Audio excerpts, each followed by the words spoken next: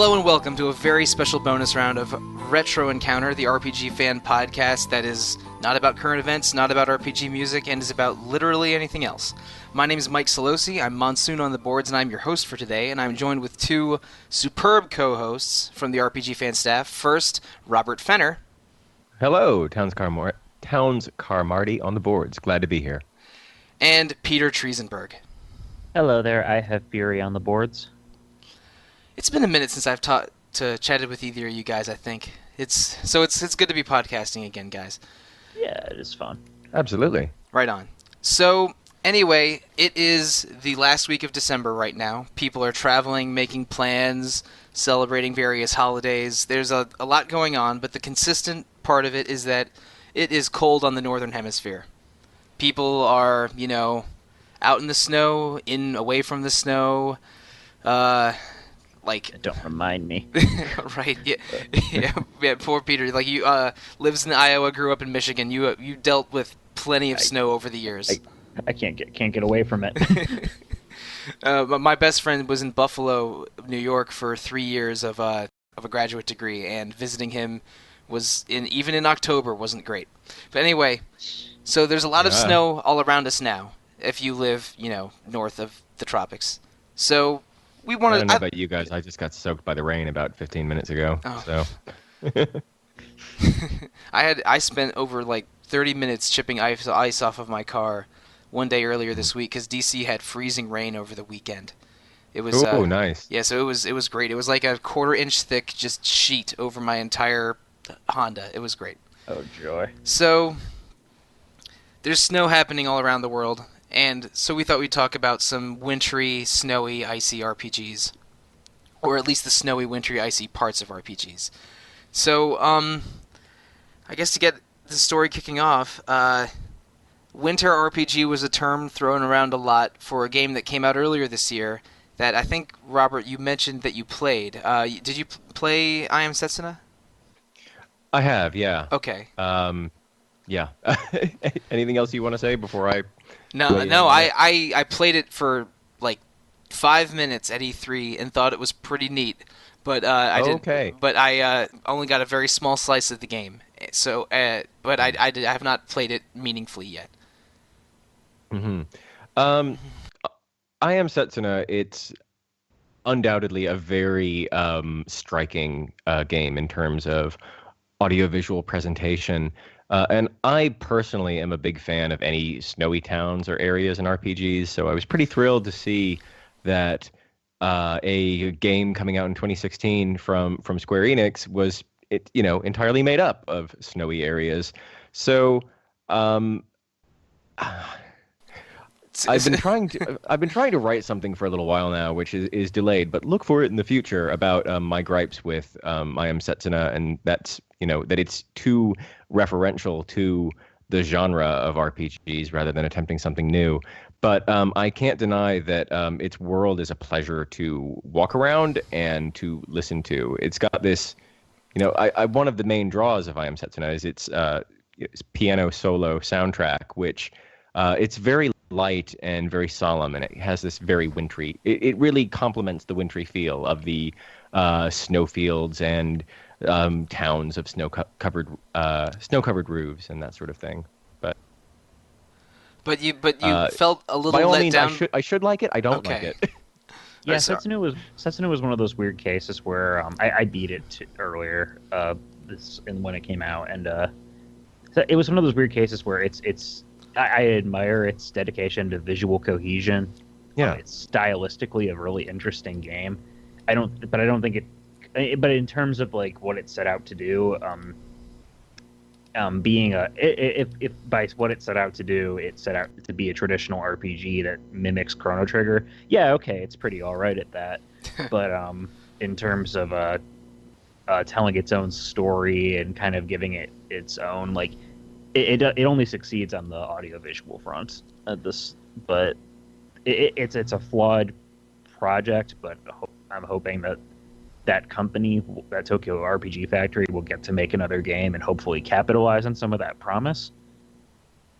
But all right. Honestly, so I thought I got kind of bored. I got kind of bored of the snow after a long enough time playing Setsuna. I feel like almost every dungeon is like some variant on Ice Cave. Yeah, there's not very many variants on dungeons, that's for sure. This is Ice Cave and Ice Ruins, or Snowy Forest, huh? Yeah, essentially. Yeah, I guess that we're used to RPGs taking us through a variety of settings, and part of this podcast is going to be talking about our favorite snow or ice themed ones. So maybe if the entire RPG wears a winter aesthetic, even if it wears it well, it can get a little boring, a little samey feeling. I don't know. I think there's something to be said for a game that takes place in, an isolated corner of a world, Hmm. So like something that's localized and feels a little bit smaller in scope and maybe personal, And you know? it is a little weird to like go from one of the end of the continent to another, and suddenly it's volcanoes, temperate forests, beaches, Yeah. and glaciers, all in the Yeah, yeah. same biome. Like I don't know about that. Agreed. But basically the verdict on Setsuna is maybe a little disappointing, but as a winter RPG, it's definitely a winter RPG. Oh, certainly, yeah. Okay, Quite ironic that it was released in the summer over here, but Yeah, it's I. right, I get it. And well, I guess if you're talking about RPGs, winter RPGs, one that sort of like almost is required to be said is the Elder Scrolls 4 Skyrim. I'm sorry, Elder Scrolls 5 Skyrim. Wow, I can't Roman numerals today. I mean, I understand being confused by Elder Scrolls type games, but and Well, yeah, Skyrim is the Elder Scrolls game I've played the most. I messed around a little bit in Morrowind a decade ago, but I did finish the main story of Skyrim and a couple of the major smaller branches of the story, and it's sort of good for what it is, and you can lose yourself in that world for large amounts of time very easily, but at the end, I ended up sort of finishing the main story just to finish it. I wasn't as drawn into it as a lot of Skyrim's superfans are, and Skyrim does have its superfans. But the mythology of Elder Scrolls is cool. The amount of freedom that you have is cool. Killing a dragon really doesn't get old until you get to your 30th or 40th dragon, which is that's a pretty good level of fatigue. Like after 30 or 40, getting tired of it, I get it. But Skyrim itself, the world is northern hemisphere, a lot of icy mountains, icy fields. It has a sort of a Norse mythology vibe to it, and it's the hometown for Skyrim's Nords, which are tall, blonde Scandinavian types. And I think it wears that aesthetic well, and is a good game on its own, even though it's not. I haven't put hundreds of hours into Skyrim. I put in 50 and was done. But it's I think yeah, if same you here. I think if you mention winter RPGs, Skyrim has to enter the conversation at least a little bit. Its wintry world is Skyrim itself is a beautifully rendered locale, Oh yeah. and one that's just wonderful to just as you said, lose yourself in and just wander into the wilderness in just a random direction and see what you come across. Yeah, and it's really awesome when you wander into the wilderness and find a temple full of undead and get out of there barely alive and accidentally trip over a giant's goat and then have a bunch of giants chasing after you, and then you run into a dragon and the dragon is somehow much weaker than those giants. But it's there's a lot of ephemeral gameplay and what's the word I'm trying to think of? Gameplay that arises. Emergent. Yeah, that's it. Emergent. Emergent gameplay that arises outside of specific goals or boundaries. That and it, like open worlds like Skyrim and maybe especially Skyrim since it's so popular are just absolute hotbeds of emergent gameplay stories, and that's awesome. But it's not something I needed in my life or was totally absorbed in when I played it. I didn't play it right when it came out. I was probably a year or two later. But I had a lot of fun. I shot a lot of magic arrows, did a lot of stealthy stuff, and the Dark Brotherhood story is real cool, which is the one that probably gets thrown around the most. I would say, right?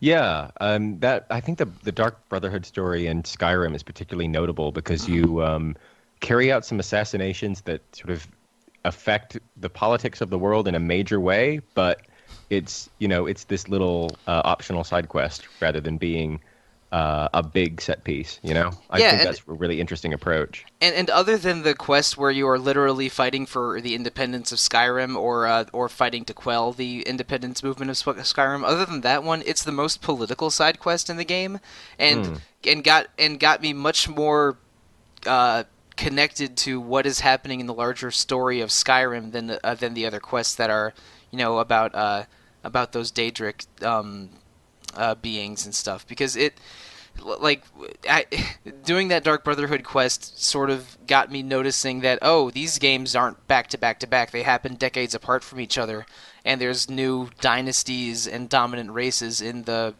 Elder Scrolls world that are taking place. And in Dark Brotherhood, just like you mentioned, you carry out assassinations that could possibly shape the next stage of what Elder Scrolls is. Hmm. And that's really neat. It's the only Elder Scrolls game I've played for more than 8 hours, because I didn't Hmm. play that much more when back in the day. But it connected me to the Elder Scrolls world in a way that it surprised me a little bit. But it's still not necessarily my jam. I mean, there's other open world RPGs I would prefer to play than another Elder Scrolls game. But I can't deny how impressive Skyrim is, or that it's a really good winter RPG. Oh, definitely so. Yeah, I I, don't really have anything to contribute to that part of the conversation. I have negative interest in Skyrim. Right on. We do, I I mean, think we as do. impressed. Go ahead, Rob. I was gonna say, as you're free to disagree with me, uh, fellow hosts and listeners alike. As impressive as Bethesda RPGs are at first blush, um, the seams kind of show very quickly, and to me anyway, after you spend enough hours in them, they kind of start to feel like um, very lonely and hollow experiences. And that's not to say that I don't like them. It's just you know, they have hundreds of characters with about six voice actors, usually pulling from a limited amount of scripts, and yeah, it just it makes me feel a little bit lonely after 30 hours or so. So I'm not sure if I'm not sure if I'm down with playing another one of those anytime soon, but they are really great technical achievements, and they are absolutely beautiful, no doubt about that. No, I basically agree. There is a lot of loneliness in Skyrim. Like when you're traveling across, say, 80% of the Mm. landscape, there is no one there but you and maybe some bandits. For some reason, there's just a never-ending supply of bandits and towers in Skyrim. Yeah. I the I'm bandit cool with that. population the bandit population is far greater than the population of any city, Mm. which is interesting. But they are lonely games. It is sort of you alone in a desolate, icy world a lot of the time, and even though the best story moments are when you're sort of interacting with the lore, at least to me personally. I Mm. almost wish there was more of those and more boundaries, because I like it when I can be carried a little bit by a game's plot and I can enjoy the plot and set pieces instead of having so little direction. I mean, the reason I don't play a ton of open world games is because I like a little story direction, or at least more Yeah, than what Skyrim Yeah. offers. structure is nice. So let's see. I can't think of any better examples of winter RPGs than Skyrim and Setsuna.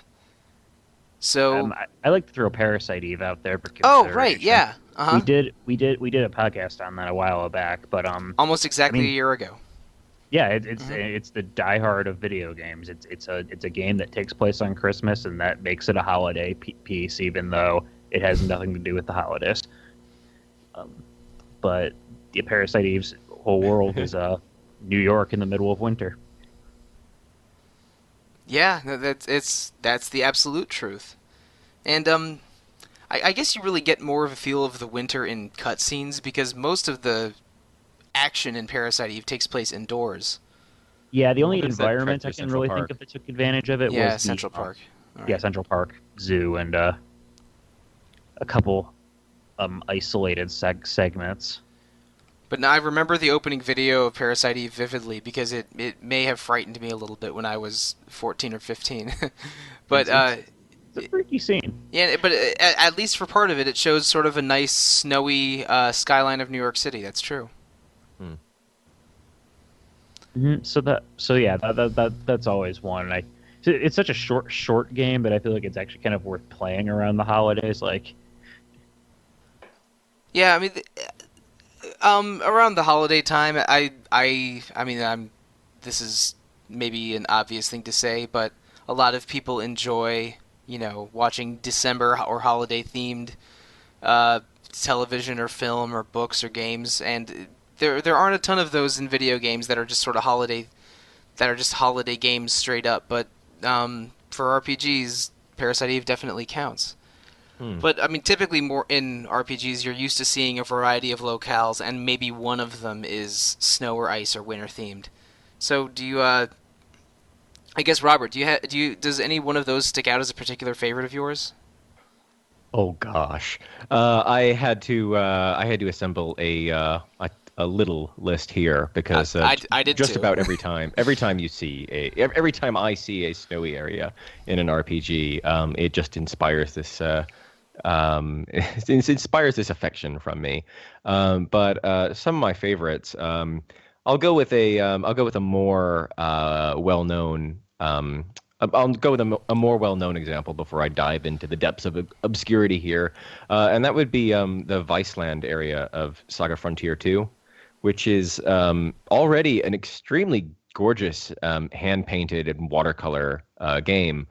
And Viceland, it's this like this kind of What Antarctica. system? What system was Saga Frontier? The Saga That was games. PS1. Okay, the Saga games all blend together for me. I know very little about them after the Game Boy era. This one was notable for, yeah, it had these hand painted watercolored backgrounds that you would walk around on, and I remember somebody was in high school with saying it looks like Winnie the Pooh. It sucks, I feel exactly the opposite. I think it looks great.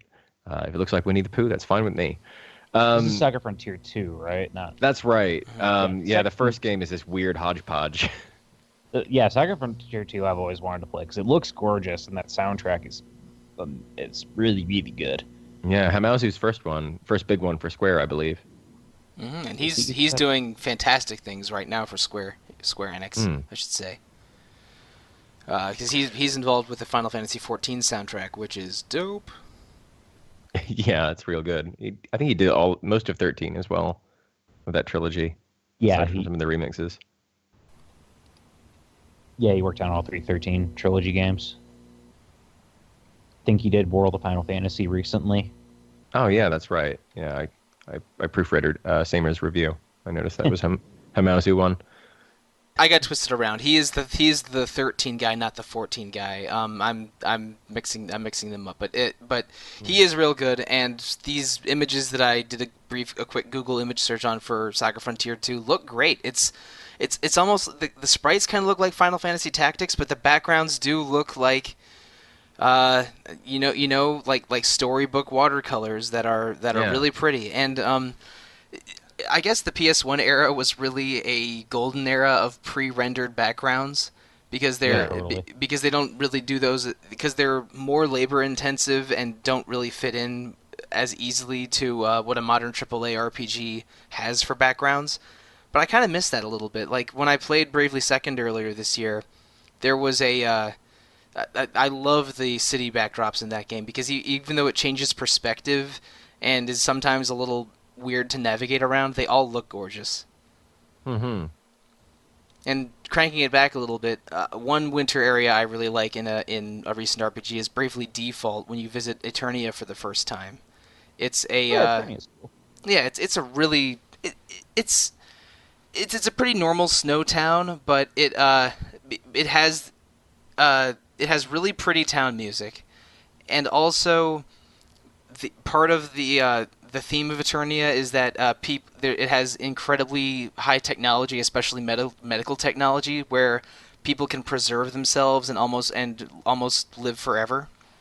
So that touches Cryogenics. ties into almost a cryogenic theme of ice preserving and unchanging in a way, Mm-hmm. which I thought was neat to attach to a winter town.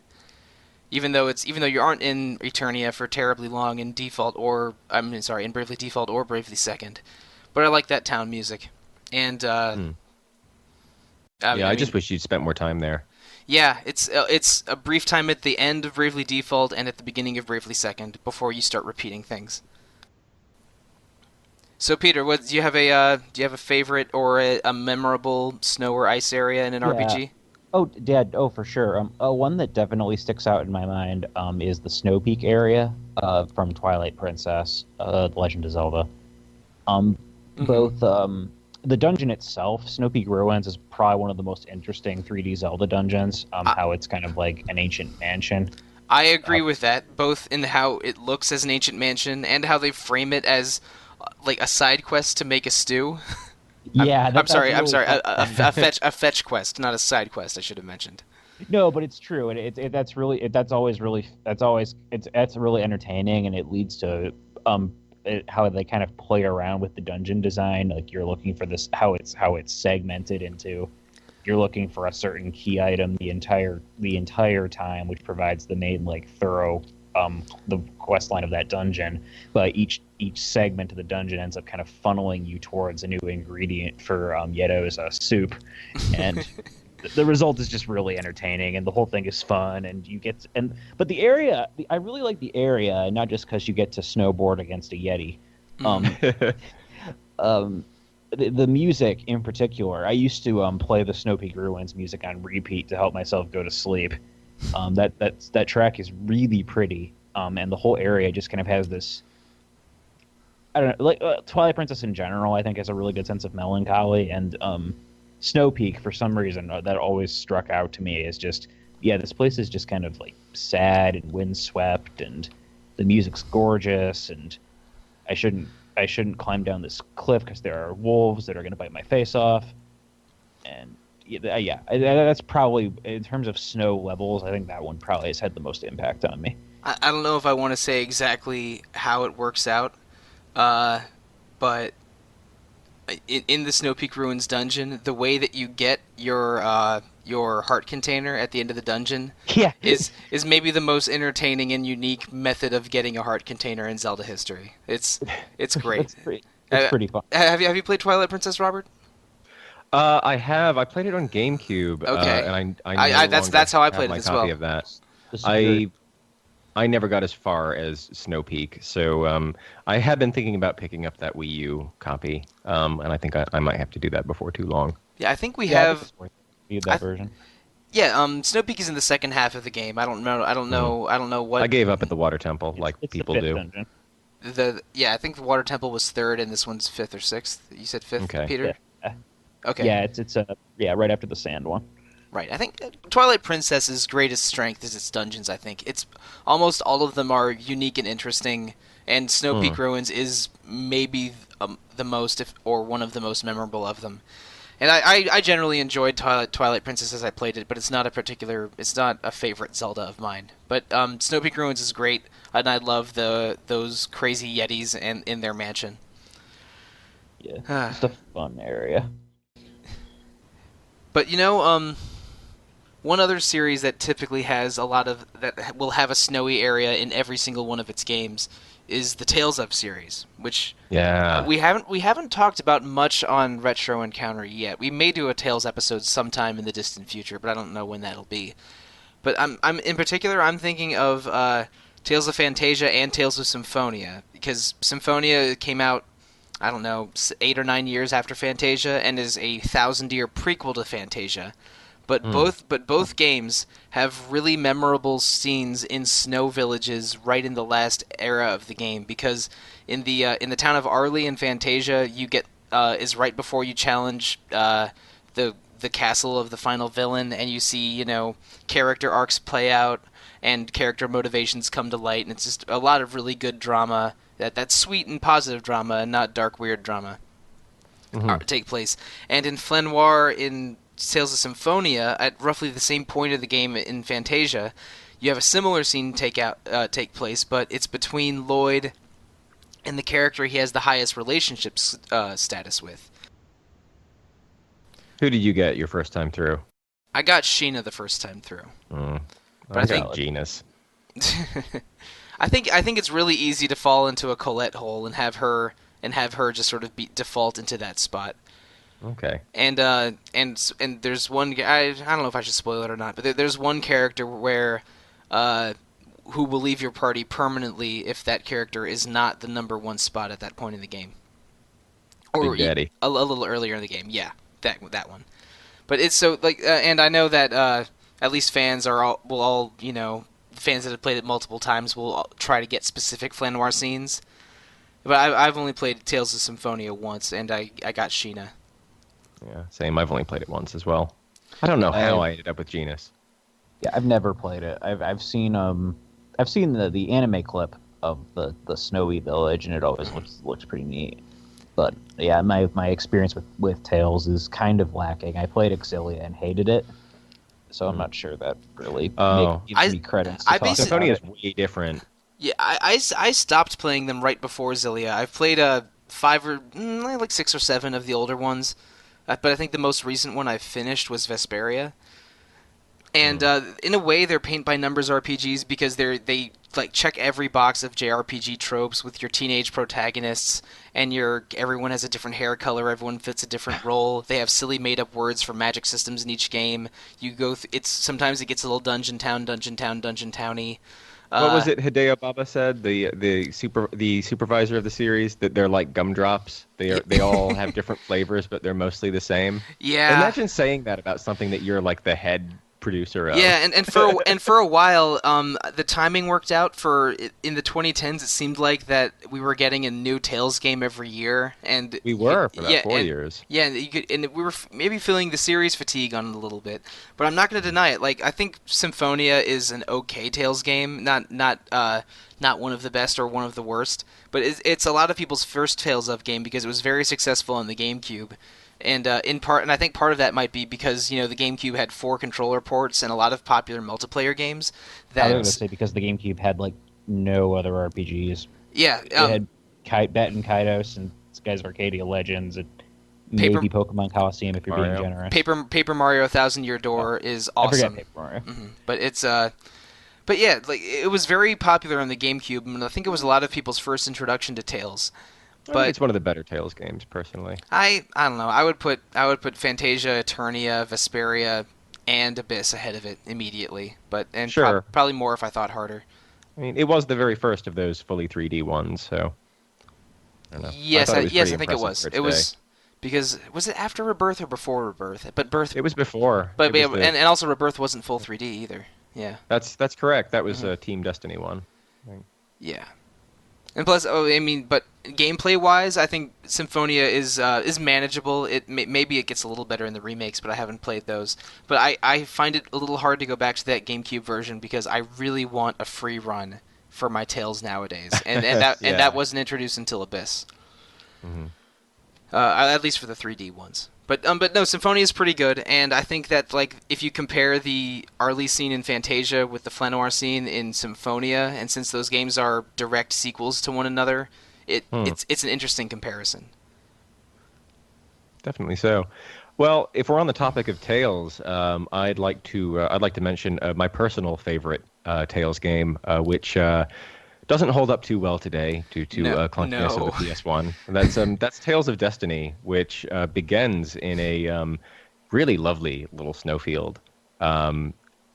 This sort of border between 2 warring nations. So you traipse through this snowy forest, and then you end up in this little military border town. I think it's called Janus, where it's like a little bit like a snowy Cyprus, where like everything's cordoned off, and you need passes to go through to get out each exit of the town. But it's got this really lovely music, and there's kids making a snowman, and it's just like it's got this kind of warmth about the town, even though like these people are just like kind of getting on with their stuff, even though they're being occupied.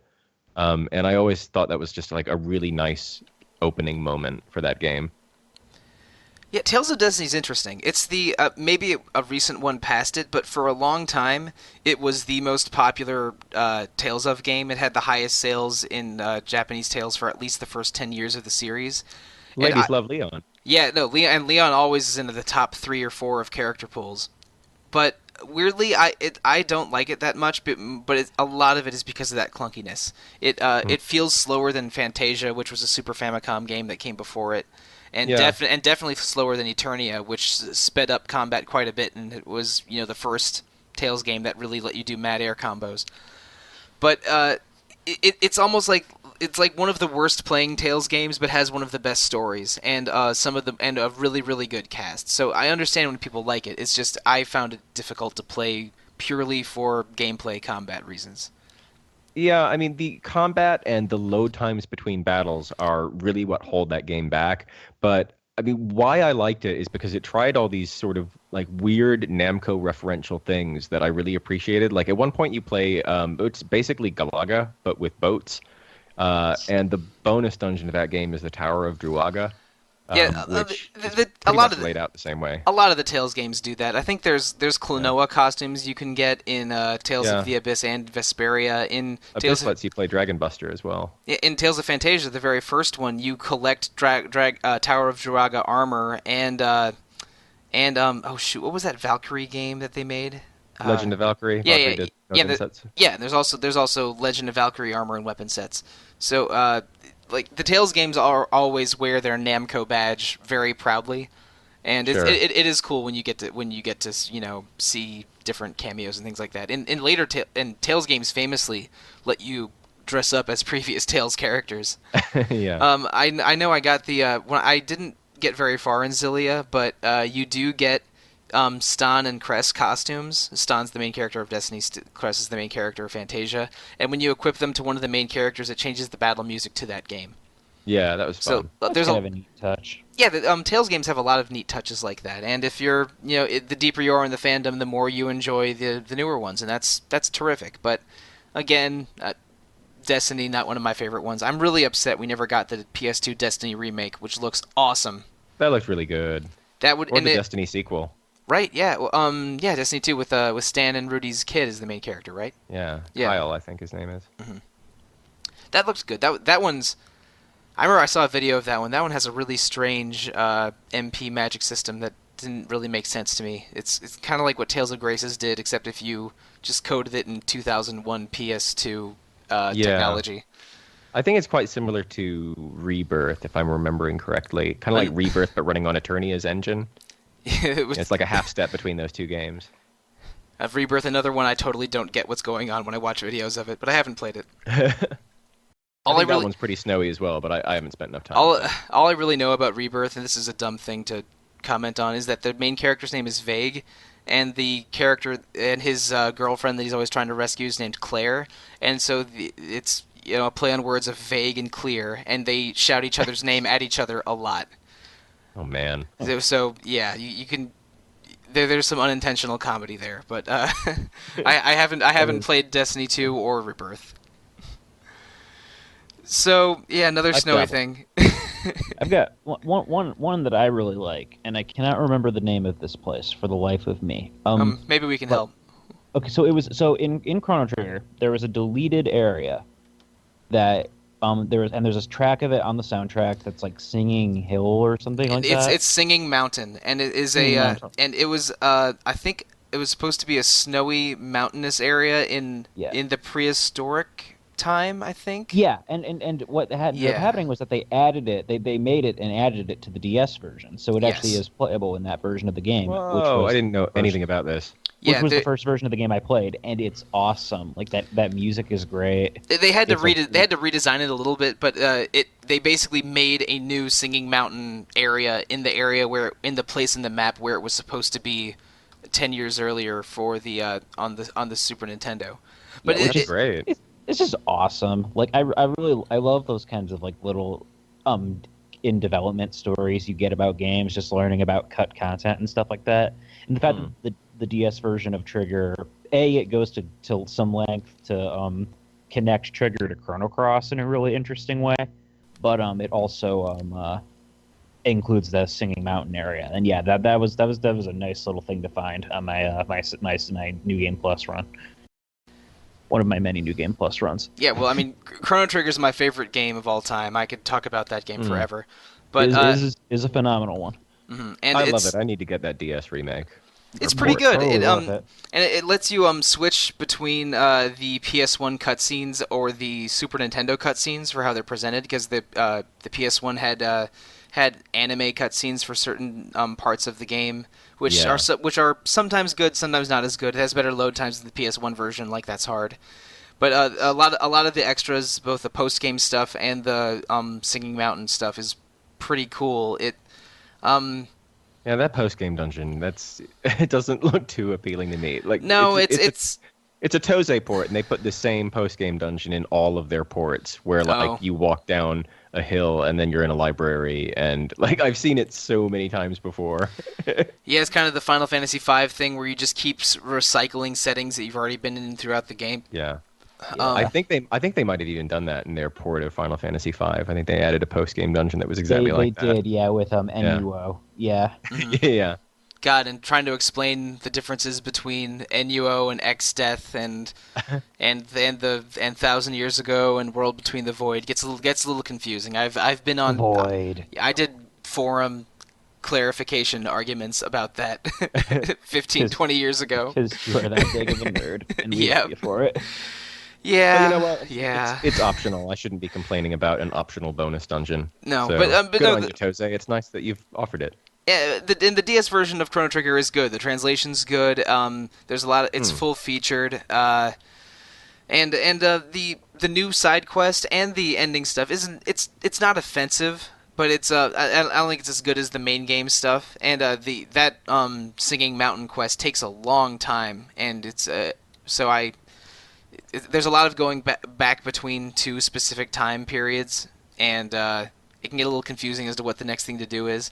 But it's a good game, a good side quest, and the other wintry part of Chrono Trigger that is memorable to me is Death Mountain. Oh, Where- for sure. I Yes. forgot about. Yeah. Which is- that's Spoilers. Yeah, okay. Well, there's a spoilers for a 20-year-old game, but there's a lot of very sad emotional drama happens on Death Mountain, and it's mostly a pretty desolate, harsh feeling dungeon. That It's a very solemn sequence. yeah. Oh yeah. It is. Oh, having to climb up the mountain with the wind, intimate Mhm. time Yeah. with the wind. Yeah, that part sucked, but With no music playing, just wind. it's atmospheric. Like It doesn't want you there, and the stakes are so high at that Mhm. point. that is some 16-bit wind that's chilling. Yeah, but you can see that wind layer moving ahead of above your character's sprites, and when it changes movement rapidly, it gets whatever. That old 16-bit graphics, if it make me feel nostalgic. But Hey, nothing wrong with that. It was impressive, and Chrono Trigger still looks good today. Like Hmm. Yeah, I it's, think- it's aged super well. and this is a weird tangent. Sticking to 16-bit Square games, Secret of Mana has a pretty cool winter sequence in it where you have to rescue Santa Claus from himself. Because okay, It's an existential crisis. all right, I'm going to I may crawl beneath my skin. all right. I hope I'm not messing up how the story goes, but Santa is the ruler of a wintry part of Secret of Mana. He captures a fire spirit and sticks him in an oven so that there can be a habitable, warm oasis in the middle of his winter wonderland. And so when you go and rescue the fire spirit early on in the quest down there, and then everyone that's sitting there in the oasis says that the king has been captured by a monster, and you go and you fight this big ice ogre, but it turns out it was Santa who had been. It's unclear to me if he was eaten by the ice ogre or if he had turned into the ice ogre. I think he turned into him. Okay, yeah, I thought he did. There's some text about him like coming back to his senses. Or Yeah, something. I thought like his hubris and greed in capturing the fire spirit turned him into the ogre was my thought, but I wasn't 100% Yeah, sure about something like that. And also that ogre is a pain in the rear if you don't level up fire magic because he is immune. Like everything does 1 damage to him except from the spells from that fire spirit. But yeah, Secret of Mana is a real good game, and you save Santa Claus from his own greed from it, which is pretty terrific. That's fabulous and timely. And all right, one other quick weird Santa Claus in an RPG story is in the second Death Spank game, Thongs of Virtue, which is a real sentence that came out of my mouth. Oh man. There's you realize that there's like 6 thongs that are like the ultimate power in the universe, and Go on. and Death Spank's thong allows him to come back to life every time he dies. Go on. And one of the at the very end of Deathspank 1, you realize that the evil boss of the game has a thong similar to Deathspank's, and in the second one you have to find the other 4 thong holders. And one of them is No, just yes, and one of them is Santa Claus, who has the thong of generosity. But yes, and you end up, and there's a whole Christmas area of the game where you have to defeat a very greedy, power-hungry version of Santa Claus and steal his thong. And Sounds like one of those like dirty Christmas albums. Stealing Santa's song. or like the Twisted Sister Santa album, where every song is basically the same Twisted Sister song. You can listen to that whole album, and it is like, did they not change the drums the entire album? I don't have a lot of affection for those Twisted Sister Christmas carols, but Deathspank, really weird, dumb, puerile but funny, sort of Diablo loot clone kind of games. But there's 2 of them, and in one of them you steal Santa Claus's thong. Who can argue with that? great. I bet you were not. Radical. I bet you were not expecting me to talk about Santa Claus's thong of generosity on this podcast. I can't say that I was. No, I was not. I didn't put that in the show notes. I feel enlightened, though. Yeah, and they made a third Deathspank game called The Baconing, but I haven't played that one. I only played the first 2. What wonders does the Baconing hold? You know, I think I did get it on sale a while ago, and I am morbidly curious, but I don't know if I want to go back and play a Deathspank game in 2016, 2017. So, any other particular favorite snow? Or maybe is there like an ice character or ice spells that you like a lot in a game? I like Blizzard magic in Final Fantasy 15. Cool. Oh, that's really nice. Yeah, Chuck, how you kind of chuck an ice grenade and all of a sudden the entire area just freezes over. It changes how some enemies look too. They kind of get like all frosty and stuff. That's always kind of fun. Mm-hmm. You know, it seems that most ice magic in games either slows or freezes the enemy. But I wonder if there's I wonder if there would be a status effect for new ice magic in 2017 just to shake things up. Maybe ice spells set the enemy on fire. Well, in 15 you can Freezer burn. Yep. when you're crafting spells in 15, you can put any item into it as a catalyst to create duplicate spells. So you and to give can them make different like effects. poison ice or something. Yeah, so you can, if you put in like a bunch of antidotes into your you put stuff to cure poison into it, it actually turns the spell into a Venocast. So it'll cast the spell and inflict poison. You can Petra cast, Curse cast. I liked putting a Stop cast into my ice spells because then it actually did freeze enemies in place. Like, yeah, 15's magic system is a lot of fun. You know, in Final Fantasy XIV, the interpretation of ice magic is a little weird because black mages in that game learn fire, ice, and lightning. But Okay. when you cast multiple fire spells in a row, the MP cost of your spells increases sharply, but they deal more damage. But then when you switch to ice spells, the MP cost shrinks and it boosts your MP regeneration a lot. So the loop of that is fire, fire, fire. Oh, cast 1 or 2 ice spells to get my MP up again, then more fire. And lightning spells. Lightning spells are damage over times like poison. So like throw on a lightning at the beginning of the match, then do that fire ice seesaw. It's a neat interpretation, but it's the only one I know of where ice is sort of like the MP regenerating spell. That is really interesting. Oh, and I'm going to take the podcast in another weird direction. How much do you guys know about browser-based Flash RPGs? Where's your cricket sound effect? There we go. That. Yeah. All right.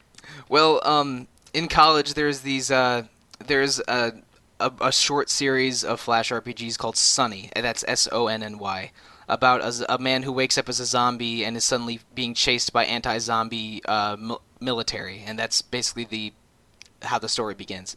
Anti-zombie activists. Yeah, exactly. But in Sunny 2, you get to pick your zombie class at the beginning of the game, and one of them is a hydraulic zombie, where you either get super fast metabolism that keeps your blood flowing highly and you deal a lot of physical damage, and the other one is where your blood stays frozen, so you become a frozen ice zombie who inflicts status effects with ice spells, and then does a shatter attack that removes all of an enemy's status effects, but deals more damage based on how many you remove.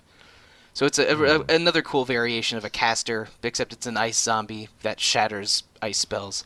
And those Sunny 1 and 2 are getting mobile versions soon, but they are a pair of really, really fun browser RPGs.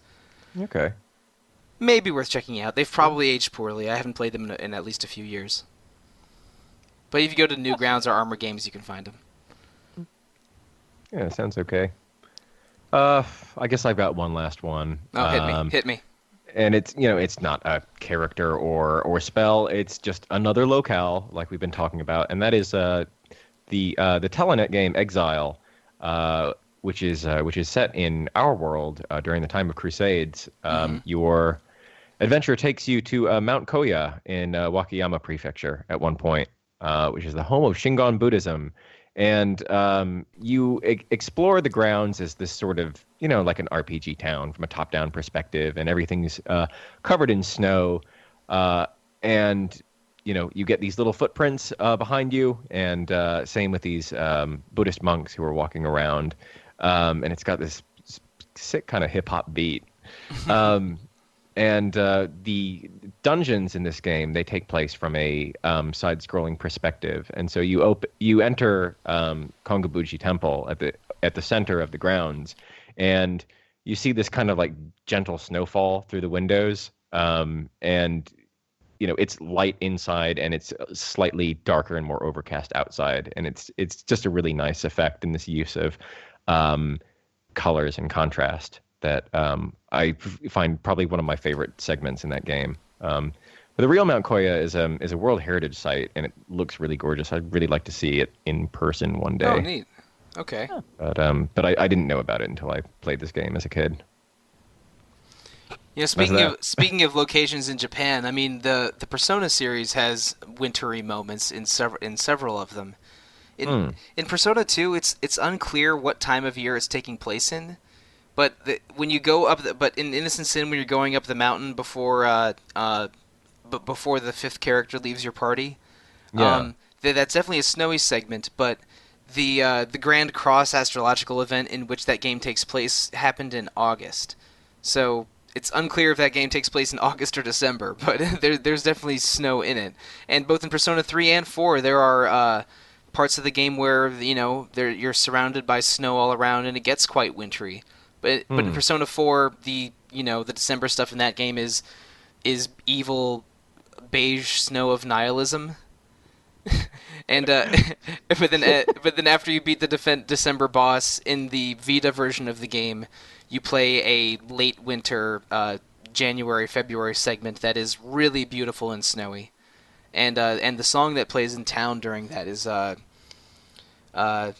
shoot, what's it called? It's a really terrific track.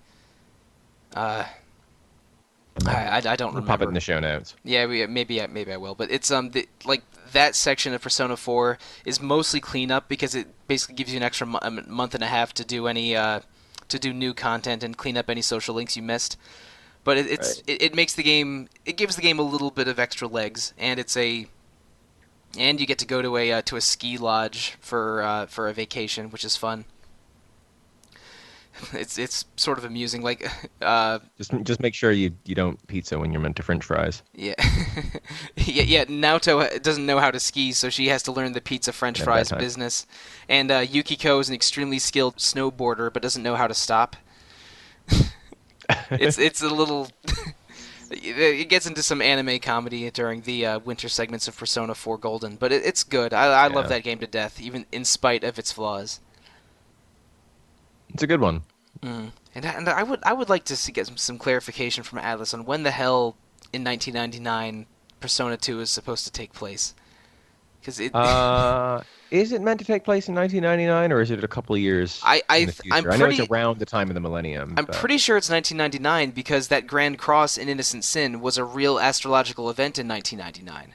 There's a lot of sort of apocalyptic stakes stories, at least that I've seen in video games and cartoons that had that happen. It's actually the subject of a series of Power Rangers, But that was a real event, astrological event that some people thought may have had apocalyptic significance. Obviously, it didn't. But Yeah. I think that anchors the story to 1999 in Innocent Sin. But Okay. that I could guess be that makes looking sense. could be looking a little too deeply into it.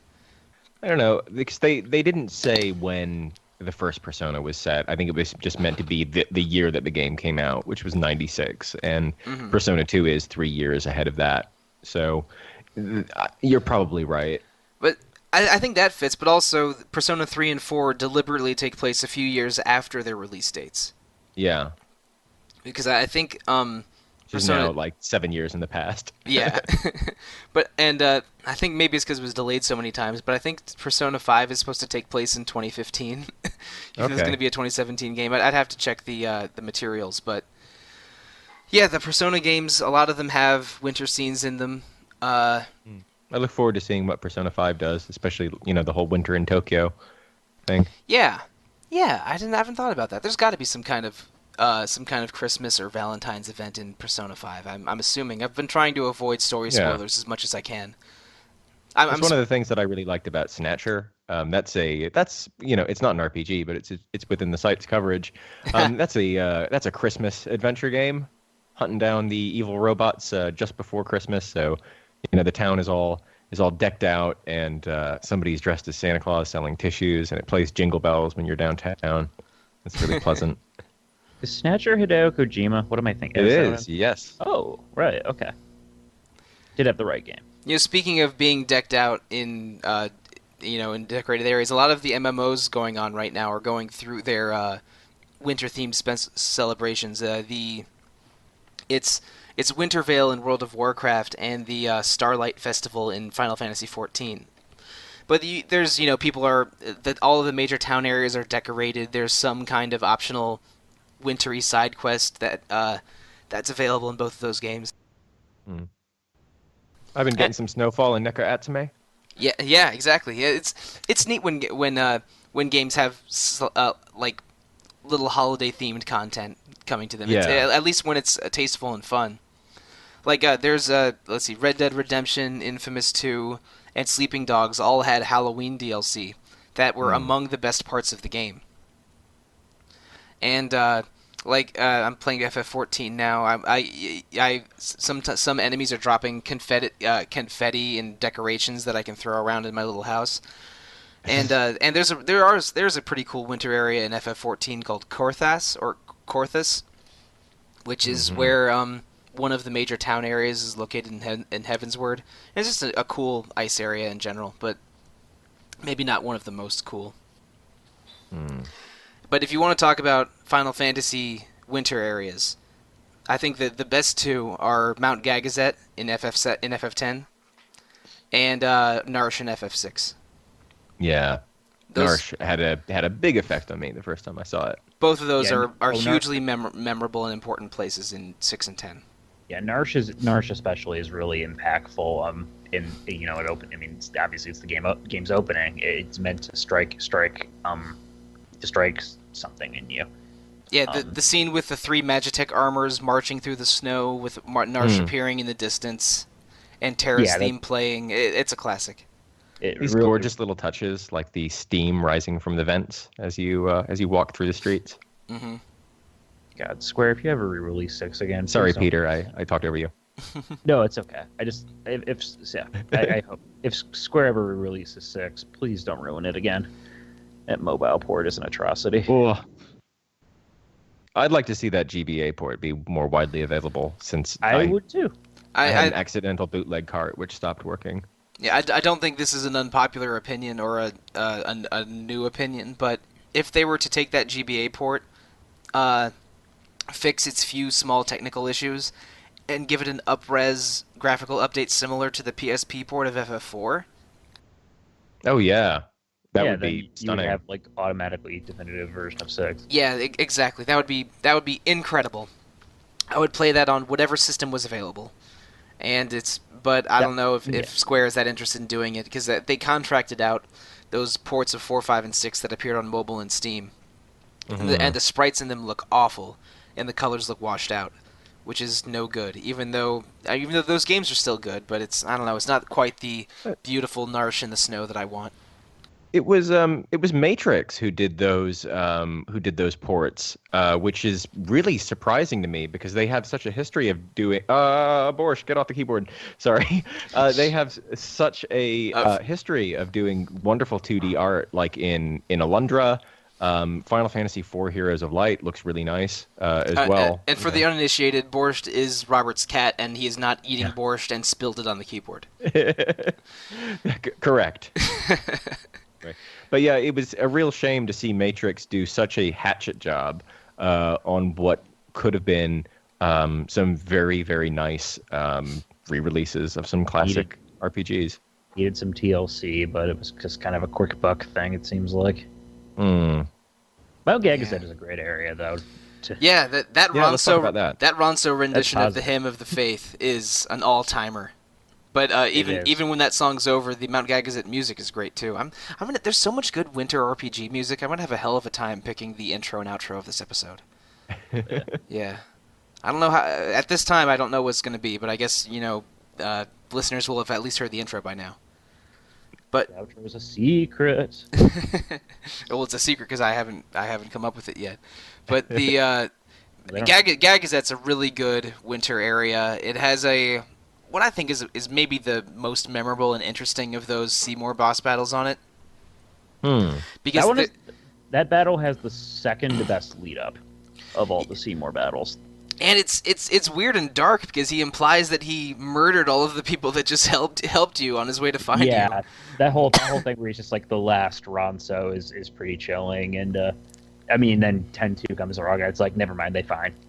Yeah. Never mind, Okay. everybody's fine. They have hot spring. Oh, goody. Man. Yeah.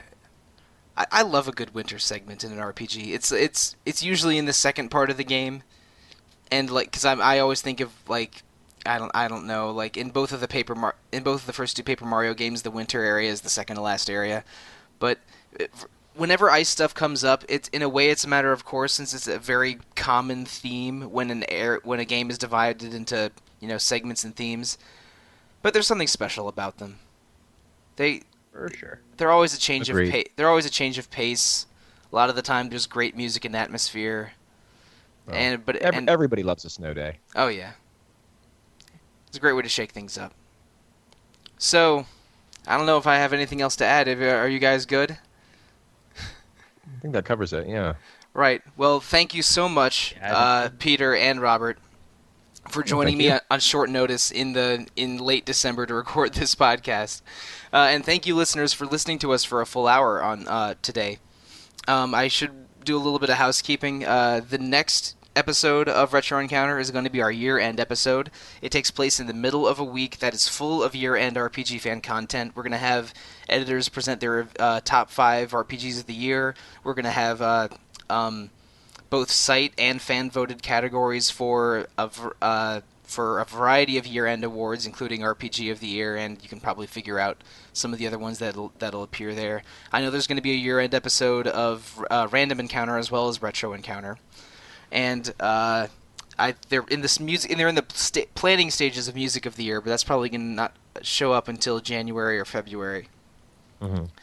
But if you want to get in touch with us, you can email us at retro@rpgfan.com. You can comment on the rpgfan.com boards or the rpgfan.com Facebook page. You can get on iTunes and review this podcast, either on iTunes or on your various listening venues. And we appreciate every time that we see a new review, because more reviews means more exposure and more access for Retro Encounter. So, I guess that's about all I have to say on that. My name is Mike Sollosi. I am at The Real Monsoon on Twitter. Peter, how can people find you? I'm Peter Triezenberg, and I am at I Have Fury on Twitter, just as I am on the boards. And Robert? I'm Robert Fenner. As I said at the beginning of this episode, you can find me on the boards as Townscar Marty. I'm on Twitter at Misanthrobob, and I've got a blog at misanthropop.com. So Right check on. me out. And you also have a podcast that you host on that blog, correct? Yeah, I do. I didn't know if I was allowed to mention that. That's But fine. Come yeah. on. Yeah, we, my friend Alvin and I, we host a bi-weekly games podcast called Misanthroplay, where we're not competitors to the wonderful RPG fan podcasts, but by the time you're hearing this, we've got an episode about Neo Geo up. So check that out. Did you mention Garo Mark of the Wolves on that Neo Geo episode? You know it. Okay, good. Otherwise, I would have immediately disavowed it. All right. Well, thanks again, Peter and Robert. Thanks again, listeners. And I hope you all have a safe, warm, happy winter holiday.